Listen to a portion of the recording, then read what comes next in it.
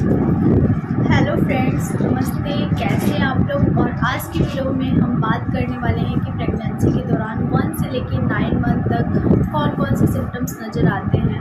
1 से लेकर 9 मंथ तक सिम्टम्स नज़र आने वाले में कौन से सिम्टम्स से आप समझ सकते हैं कि आपको गर्ल होगा, कौन से सिम्टम्स से आप समझ सकते हैं कि बॉय होगा। पता है कि बेबी गर्ल के टाइम पे बहुत ज़्यादा मॉर्निंग सिकनेस होता है, और मैंने 1-2 जान पहचान वालों का भी देखा है जिनको मॉर्निंग सिकनेस थी, उनको बेबी गर्ल हुई है। और कहा भी जाता है कि अगर आपको मॉर्निंग सिकनेस है तो आपको बेबी गर्ल होगी। मुझे भी मेरी बेबी गर्ल के टाइम में मुझे मॉर्निंग सिकनेस था, यानी कि बेड से उठते उठते जो आपको पहली वोमिटिंग होती है वो मॉर्निंग सिकनेस कहलाती है। तो अगर आपको उस टाइप की वोमिटिंग हो रही है, अगर आपको 1 से लेकर 3 मंथ तक भी है, या फिर किसी किसी को पूरे 9 मंथ तक होता है, जैसे मुझे भी था, पूरे 8 मंथ्स तक मुझे मॉर्निंग सिकनेस रहा था फर्स्ट प्रेगनेंसी में। अगर उस टाइप से भी है, अगर मॉर्निंग में आपको वॉमिट हो रहा है तो लगभग चांसेस होते हैं, आप अंदाज़ा लगा सकते हैं कि आपको गर्ल होने वाली है। और बेबी बॉय के टाइम पे आपको मॉर्निंग सिकनेस नहीं होती है, यानी कि सुबह में वॉमिट नहीं होता है, कुछ खाने के बाद होता है। दिन में आपको कभी भी हो जाता है, कभी नाश्ता करने के बाद हो गया, कभी शाम को हो गया, कभी आपको मूड स्विंग हो गया, या फिर कभी कुछ खाने को मन नहीं किया, अगर आप वो चीज़ आप खा रहे हो उसके बाद हो जाता है वॉमिट। तो ये अंतर होता है बेबी गर्ल में और बेबी बॉय में। बेबी बॉय में ऐसा नहीं है कि वॉमिट नहीं होता है, किसी किसी को होता है कि नहीं होता है प्रेगनेंसी में, और किसी किसी को प्रेगनेंसी में होता है वॉमिट। तो मुझे दोनों प्रेगनेंसी में हुआ है। बेबी गर्ल के टाइम अंतर ये था कि मुझे 1 से लेके 8 मंथ तक वॉमिट हुआ था, यानी कि डिलीवरी में भी मुझे वॉमिट हुआ था। और बेबी बॉय के टाइम पे मुझे ओनली 1 से लेके 3 मंथ तक ही वॉमिट हुआ था, उसके बाद नहीं हुआ था मुझे। उसके बाद मेरी बिल्कुल नॉर्मल प्रेगनेंसी थी, बिल्कुल वॉमिट की प्रॉब्लम नहीं थी। हाँ, पेन्स वगैरह थे लेकिन वॉमिट नहीं थी। नेक्स्ट जो सिम्टम मुझे नज़र आए थे बेबी गर्ल में, मेरा पेट बहुत ज़्यादा छोटा निकला था और बिल्कुल गोल शेप में निकला था, यानी कि बॉल के आकार में निकला था। जैसा कि बोला भी जाता है कि अगर आपने गर्ल कंसीव किया है तो आपका जो पेट का आकार होगा वो फुटबॉल की साइज़ में होगा। अगर आपने बॉय कंसीव किया है तो कहा जाता है कि आपका पेट का आकार बिल्कुल लंबे आकार का होगा। तो हाँ, मुझे बॉय के टाइम पे मेरा बिल्कुल लंबे शेप में था पेट, और गर्ल के टाइम पे बिल्कुल गोल शेप में था। तो ये अंतर था दोनों प्रेगनेंसी में। और बेबी बॉय वाला पेट नीचे से बहुत ज़्यादा बड़ा लगता था और लंबे आकार में, और नीचे से बड़ा था, और बेबी गर्ल वाला एकदम राउंड शेप में और ऊपर की तरफ ही था। तो मेरे पास दोनों पिक्चर है, बेबी गर्ल वाला भी और बेबी बॉय वाला भी। तो मैं दोनों साइड साइड में लगा दूँगी, तो आप कंपैरिजन कर सकते हैं कि हाँ, कितना अंतर था दोनों में। नेक्स्ट जो सिम्टम कहा जाता है कि अगर आपने गर्ल कंसीव किया है तो आपका जो लाइन है, लीनिया निग्रा जिसको बोलते हैं, वो टेढ़ा आएगा, नाभि के नीचे से बिल्कुल टेढ़ा आएगा। और जो आपने अगर बेबी बॉय कंसीव किया है तो आपका जो वो लाइन है लीनिया निग्रा, वो बिल्कुल सीधा आएगा। तो मुझे मेरी दोनों प्रेगनेंसी में मुझे याद है कि हल्का सा टेढ़ा था, किसी गर्ल के टाइम पे ज़्यादा टेढ़ा था और बॉय के टाइम पे हल्का सा टेढ़ा था।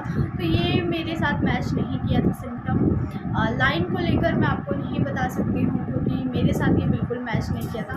अगर आपके साथ है ऐसा कि आपका बिल्कुल सीधा है तो आप अंदाज़ा लगा सकते हैं कि आपको बॉय होगा। अगर आपको टेढ़ा है आपका लाइन तो आप अंदाज़ा लगा सकते हैं कि आपको गर्ल होगी।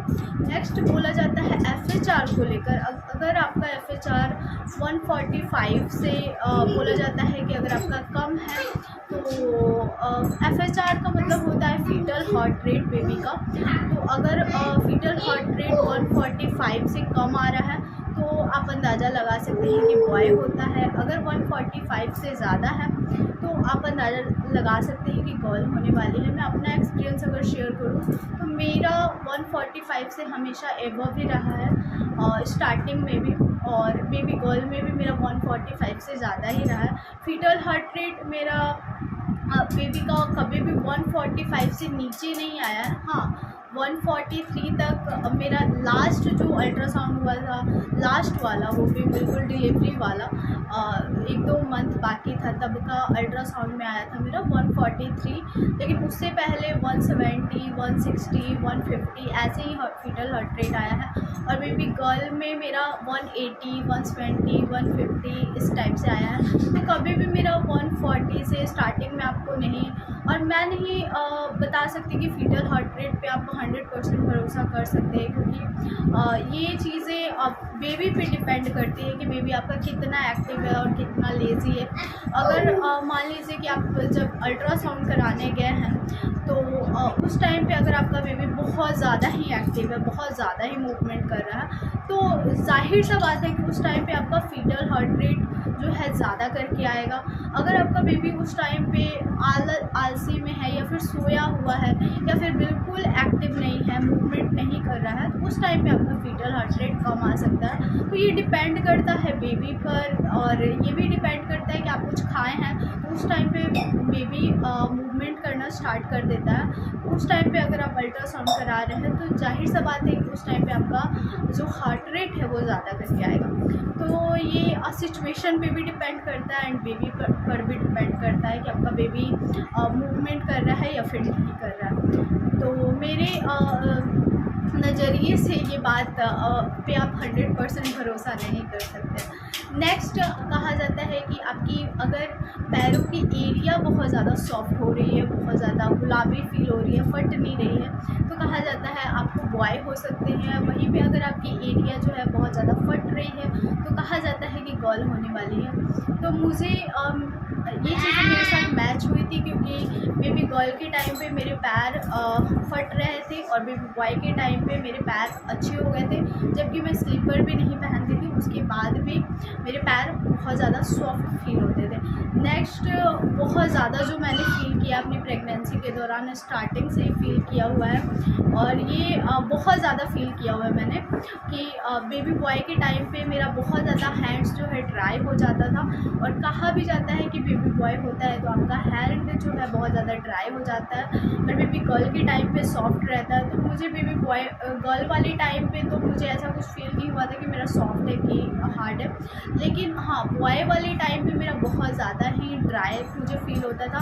हल्का सा पानी में हाथ डालिए तो मुझे ड्राई ड्राई लगता था। तो ये चीज़ें मैंने खुद ने फील किया हुआ है कि बेबी बॉय के टाइम पे बहुत ज़्यादा आपका हैंड का स्किन ड्राई हो जाता है, और कोई कोई बोलता है कि पूरी बॉडी ड्राई हो जाती है। तो ये चीज़ें मैंने एक्सपीरियंस नहीं किया है, लेकिन हाँ उस टाइम पे अगर आपकी बॉडी फैल रही है, स्ट्रेच कर रही है, तो ड्राई हो सकती है। तो अच्छा होगा कि आप नहाने के बाद आप ऑयलिंग से पूरा बॉडी में मसाज कर लीजिए तो ज़्यादा अच्छा। मसाज मीन्स ये नहीं कि बहुत ज़ोर ज़ोर से किसी से मालिश करवाना है, अपने से आप लगा सकते हैं, मॉइस्चराइजिंग लगा सकते हैं। एक बटर करके आता है, तो बटर ऑयल करके आता है कुछ, तो वो आप कर सकते हैं। नहीं तो जो हमारे पुराने चले आ रहे हैं ये पैरासूट का ऑयल, वो आप लगा सकते हैं, उसमें कपूर डाल के लगा सकते हैं, वो भी बहुत ज़्यादा ही फ़ायदा करता है, उससे स्ट्रेच मार्क्स नहीं आते हैं।